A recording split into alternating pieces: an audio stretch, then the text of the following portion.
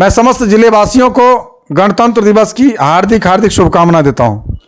ये 2025 जो है चुनावी वर्ष है और अमरनाथ प्रसाद लगातार 25 वर्षों से लोगों की सेवा में है। हर जगह चर्चा हो रही है जो अमरनाथ प्रसाद क्या इस बार विधानसभा का चुनाव लड़ रहे हैं?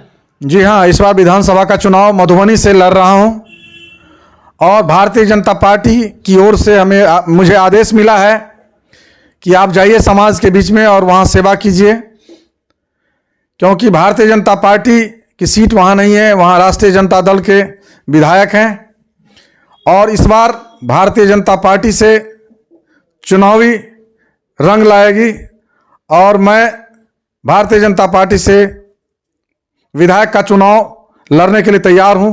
आप देख रहे हैं स्टार न्यूज मधुबनी। इस वक्त हमारी मौजूदगी राजनगर में है और राजनगर में महादेव शाह अमरनाथ प्रसाद ज्वेलर्स में है और हम बात करेंगे भाजपा नेता और स्वर्ण व्यवसायी अमरनाथ जी से और जानेंगे ये जो वर्ष है 2025 ये चुनावी वर्ष है। इस वर्ष में किस तरह जो विधानसभा की तैयारी सर कर रहे हैं और गणतंत्र दिवस है, इस अवसर पर हम बात करेंगे। सबसे पहले हमारे चैनल में स्वागत। बहुत बहुत धन्यवाद। आप स्टार न्यूज़ से मेरे पास यहाँ आए हैं और समाचार के लिए आए हैं, सुखद समाचार के लिए, उसके लिए बहुत बहुत धन्यवाद। गणतंत्र दिवस है, इस अवसर पर जो क्षेत्र के लोगों को खासकर जिले वासियों को क्या संदेश देना चाहेंगे? मैं समस्त जिले वासियों को गणतंत्र दिवस की हार्दिक हार्दिक शुभकामना देता हूं। ये 2025 जो है चुनावी वर्ष है और अमरनाथ प्रसाद लगातार 25 वर्षों से लोगों की सेवा में है। हर जगह चर्चा हो रही है जो अमरनाथ प्रसाद क्या इस बार विधानसभा का चुनाव लड़ रहे हैं? जी हाँ, इस बार विधानसभा का चुनाव मधुबनी से लड़ रहा हूं और भारतीय जनता पार्टी की ओर से मुझे आदेश मिला है कि आप जाइए समाज के बीच में और वहां सेवा कीजिए, क्योंकि भारतीय जनता पार्टी की सीट वहां नहीं है, वहां राष्ट्रीय जनता दल के विधायक हैं और इस बार भारतीय जनता पार्टी से चुनावी रंग लाएगी और मैं भारतीय जनता पार्टी से विधायक का चुनाव लड़ने के लिए तैयार हूं। मधुबनी से बहुत सारे नेता हैं, क्या अमरनाथ प्रसाद में क्या खूबी है जो आखिर पार्टी अमरनाथ प्रसाद को टिकट देने वाली है? देखिए, पार्टी बहुत सोच समझ करके काम कर रही है। कोहिनूर का डायमंड उसको खोजना है और चारों तरफ से पता लगा रही है सूचना के माध्यम से जो कौन ऐसा विधायक के रूप में कर्मठ आएगा जो समाज को आगे बढ़ाने का काम करे, समाज का विकास करे, शोषित वंचित लाचार जो व्यक्ति हैं उसके लिए काम करे और मधुबनी के सर्वांगीण विकास करे। जिस तरीके से लोकसभा में भाजपा की दावेदारी कई वर्षों से है, उसी तरह विधानसभा में कहीं ना कहीं राष्ट्रीय जनता दल का कब्जा है। क्या इस बार ये कब्जा हटेगा कि नहीं? देखिए, राष्ट्रीय जनता दल जंगल राज के रूप में अभी तक काम किया है और उस जंगल राज को खत्म करने का काम भारतीय जनता पार्टी ने किया है।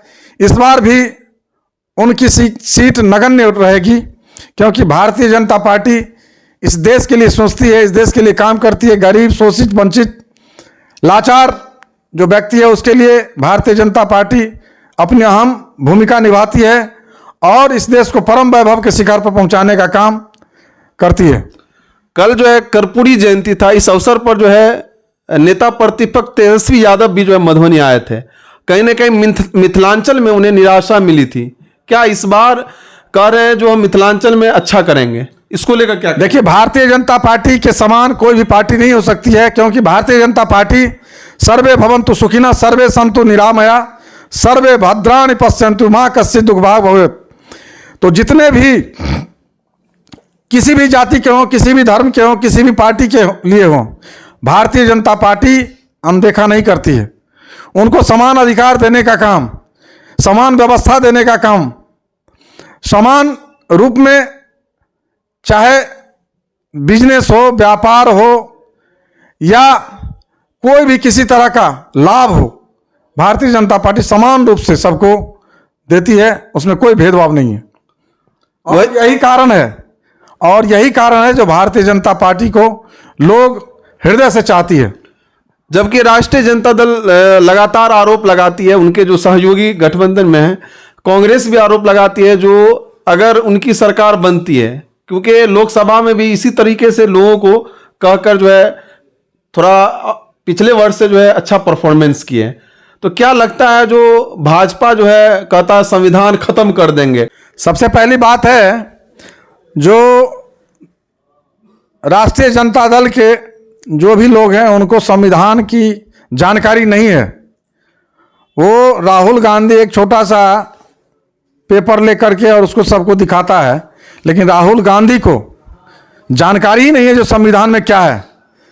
संविधान में सबसे पहले भगवान रामचंद्र जी का और सीता जी का चित्र है, उसके बाद भगवान कृष्ण का है, उसके बाद सारे भगवान उसमें समाहित हैं। तो जिस समय में संविधान के निर्माता लोग निर्माण किए, उस समय में सर्वधर्म समभाव को लेकर के चलने वाले, किसी भी भेदभाव को नहीं करने के लिए उन्होंने कसम खाई। और मैं धन्यवाद देता हूं डॉक्टर भीमराव अंबेडकर जी को, जिन्होंने आरक्षण के लिए बहुत कुछ उसमें लिखा और उसको दिलाने का काम डॉक्टर भीमराव अंबेडकर जी ने किया। और खास करके आपने बताया है, कर्पूरी जयंती में भी मैंने हिस्सा लिया है, राजनगर में भी, मधुबनी में भी संविधान दिवस मनाया गया है और राजनगर में कर्पूरी जयंती भी मनाया गया है। मैं ही वहाँ मुख्य अतिथि के रूप में था राजनगर में, और मधुबनी में भी कार्यक्रम में मैं था, जो पूर्व मंत्री भी आए थे वहाँ। तो मेरे कहने का मतलब है, जो जानकारी के साथ साथ सेवा की भावना और वैसा हिम्मत चाहिए जो हम समाज को आगे बढ़ावें, समाज को दिशा निर्देश दें। चोरी डकैती जो अभी समाज में चल रहा है, जो अभी लड़की को लड़की नहीं समझा जाता, उसको उठा के अगवा करके ले जाया जाता है, तो ये सब जंगल राज में हुआ है, लेकिन अब टसमस नहीं होने वाला है। राम राज्य आ गया है और आगे और राम राज्य ही रहेगा। वैसे अभी भी आरोप लगाते हैं, जब से जो है केंद्र से में जो है भाजपा की सरकार है और बिहार में जो कहीं ना कहीं नीतीश कुमार जो है इधर पाला बदल कर फिर एनडीए गठबंधन में आ गया। बार बार बीच में हल्ला शोर भी होते हैं जो इधर पलटी मारेंगे, और बार बार आरोप लगाते हैं जो ये जो आरक्षण को खत्म कर देंगे। ऐसी कोई भी बात नहीं है। देखिए, पलटी मारने वाली बात नहीं है, उस समय का कुछ और बात था, और उन्होंने जो वादा किया था लालू जी ने, वो वादा से वो मुकर गए। उनकी जो महत्वाकांक्षा है, आज लालू जी अच्छा काम करते तो आज वो मुख्यमंत्री रहते। उन्होंने बिहार को लूटा है और भारत में सबसे पिछड़ा राज्य के रूप में उन्होंने एक समझिए जो नेस्त नाबूद कर दिया है इस बिहार को, और उसको पूरा करने के लिए मोदी सरकार कृत संकल्पित है। और केंद्र सरकार से बहुत सारी योजनाएं अरबों खरबों में आ रही है, जो यहाँ की जनता के लिए, यहाँ के विकास के लिए, एक विकासशील बिहार से विकसित बिहार की ओर अग्रणी हो रही है। अभी हाल ही में एम्स का उद्घाटन हमारे आदरणीय प्रधानमंत्री जी श्री नरेंद्र भाई मोदी जी ने किया है, और उसमें मुख्यमंत्री जी भी थे और बहुत सारे केंद्रीय नेतृत्व से लेकर के और बिहार के नेता राजनेता सब थे। तो हमारे नीतीश बाबू उनका पैर छू करके कसम खाए हैं, जो हम अब कहीं भी नहीं जाएंगे। लालू जी बार बार कहते हैं जो उनके लिए दरवाजा खुला है, लेकिन नीतीश बाबू कहीं जाने वाले नहीं हैं। इस बार कहीं कोई अलट पलट नहीं होने वाला है, सिर्फ बिहार का विकास होगा और वह विकास अग्रणी रहेगा। नीतीश कुमार प्रगति यात्रा पर निकले हैं, तो यहाँ जो महागठबंधन वाले हैं वो कहते हैं जो नीतीश कुमार ये प्रगति यात्रा पर नहीं है, दुर्गति यात्रा पर निकले हुए हैं। और ये जो माँ बहन योजना जो लेकर जो है तेजस्वी यादव जो हर जगह घूम रहे हैं, कहीं ना कहीं उनको दुर्गति यात्रा बता रहे हैं। देखिए, ये सब कहने से काम नहीं चलेगा। उनकी दुर्गति हो गई और आगे भी होने वाली है। ये अपना चेहरा अपना ढकना चाह रहे हैं, इसलिए इस तरह का प्रश्न कर रहे हैं। इसलिए मैं सावधान कर रहा हूं यहाँ की बिहार की जनता को, देवतुल्य मतदाता को, जो आप सावधान रहें, किसी के बातों पर नहीं आए। सब यहाँ चीटर है, आपके भलाई के लिए कुछ नहीं करेगा, पैसा दे करके वोट लेगा और आगे आपको ठन ठन गोपाल दिखा देगा। इसलिए ऐसे ऐसे पार्टी वालों से, ऐसे ऐसे नेता से आप लोग सावधान रहें, क्योंकि वो बिहार को फिर गर्त में ले जाने के लिए झूठ, फरेब और लोभ का काम देने जा रहे हैं। इसलिए उनसे सावधान रहें। बिहार पर आएंगे जो विधानसभा चुनाव को लगभग 8 से 10 महीने हैं, कहीं ना कहीं जो सियासी हलचल बढ़ चुकी है। महागठबंधन वाले बोलते हैं जो बिहार में जो है भाजपा का कोई चेहरा नहीं है मुख्यमंत्री के लिए, इस पर क्या कहना चाहेंगे? देखिए, बोलने से काम नहीं चलेगा। भारतीय जनता पार्टी जो बोलती है वही करती है। उन्होंने नेता के रूप में नीतीश कुमार जी को ही मुख्यमंत्री माना है और आगे भी नीतीश कुमार जी ही मुख्यमंत्री रहेंगे। ये आपसी समझौते की बात है और दूसरी कोई बात नहीं है। वैसे मुख्यमंत्री का चेहरा हमारे भारतीय जनता पार्टी में जो एक मंडल अध्यक्ष होता है वह भी मुख्यमंत्री का चेहरा के लिए कर्मठ है, क्योंकि उसके अंदर जज्बा है, देशभक्ति है, सेवा करने की भावना है। इसलिए वो जो बोल रहे हैं वो बात अपना जेब में रखें।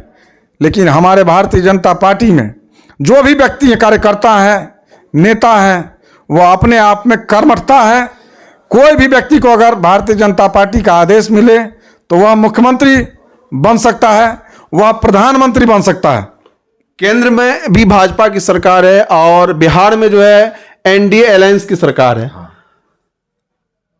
इस बार जो 2025 का चुनाव जो होने वाला है किस मुद्दे पर होगी? सिर्फ विकास और जो गरीब तबके के लोग हैं, जहां तक सुरक्षा की कमी है उस कमी को ही दूर किया जाएगा। इसलिए जो शुरू से जो जंगल राज का शासन था वो धीरे धीरे लगभग खत्म के कगार पर है और जो भी बाकी है उसको भी खत्म कर दिया जाएगा। सिर्फ विकास ही दिखेगा, इंफ्रास्ट्रक्चर का विकास होगा। मोदी जी के आशीर्वाद से बिहार ही नहीं पूरे भारत का विकास हो रहा है और यह विकास बहुत आगे तक जाएगा। जाते जाते क्षेत्र के लोगों को इस चैनल के माध्यम से क्या पैगाम देंगे आप? मैं जाते जाते यही कहूंगा, जो भी आपके मन में या जो भी आपके अंदर कष्ट है उस कष्ट को दूर करने के लिए भारतीय जनता पार्टी आपके साथ है। दिन हो, रात हो, दोपहर हो, शाम हो, जब भी आप किसी भी क्षेत्र में जाएंगे तो भारतीय जनता पार्टी के एक एक कार्यकर्ता, एक एक नेता एक फोन पर, एक कॉल पर आपके साथ रहेंगे और आपके दुख सुख में बांटने के लिए तैयार हैं, आपके साथ काम करने के लिए तैयार हैं। अगर अमरनाथ प्रसाद जी को इस बार टिकट अगर मिलता है मधुबनी विधानसभा से तो आगे उसकी क्या प्राथमिकता रहेगी, कैसी तैयारी रहेगी?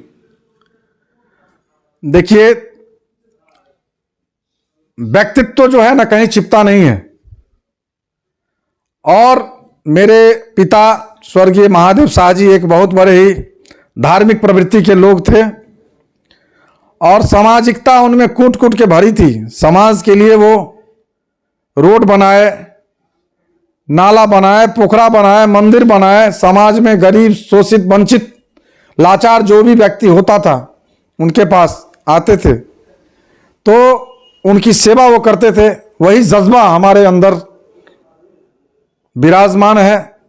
यानी अपने पिताजी के नक्शे कदम पर। हाँ, अपने पिताजी के आदेश पर और उनके नक्शे कदम पर मैं हर समय दिन का दिन और रात का रात नहीं समझता हूं।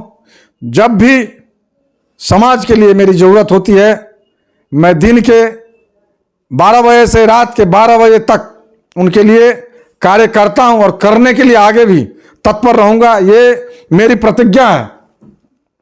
तो ये हमारे साथ बात कर रहे थे भाजपा नेता और स्वर्ण व्यवसायी अमरनाथ प्रसाद जी और इनका कहना है जो हम हमेशा जो है समाज की सेवा में लगे रहते हैं। जिस तरीके से मेरे पिताजी ने जो है गरीब, शोषित और सभी तबके के लोगों का विकास किया, चाहे मंदिर बनाने की बात हो, चाहे किसी का भला शादी विवाह में और किसी को मदद करने की बात हो, जो सभी करते थे वो हर काम जो है हम कर रहे हैं। अगर इस बार जो है मधुबनी विधानसभा से जो इनका कहना है, जो इस बार हमको टिकट मिल रहा है, हम जोर शोर से तैयारी कर रहे हैं, हम मधुबनी विधानसभा से लड़ेंगे और जनता का अगर समर्थन रहा तो इस बार हम जीतेंगे भी। इस वीडियो को आप ज़्यादा से ज़्यादा शेयर कीजिए और आप लोग कमेंट के माध्यम से बताइए जो मधुबनी विधानसभा का सबसे जो प्रबल दावेदार जो कैंडिडेट है इस बार 2025 का वो कौन है, आप लोग कमेंट के माध्यम से बताएं। बाकी अपडेट के लिए आप बने रहिए, अब देखते रहिए स्टार न्यूज़ मधुबनी।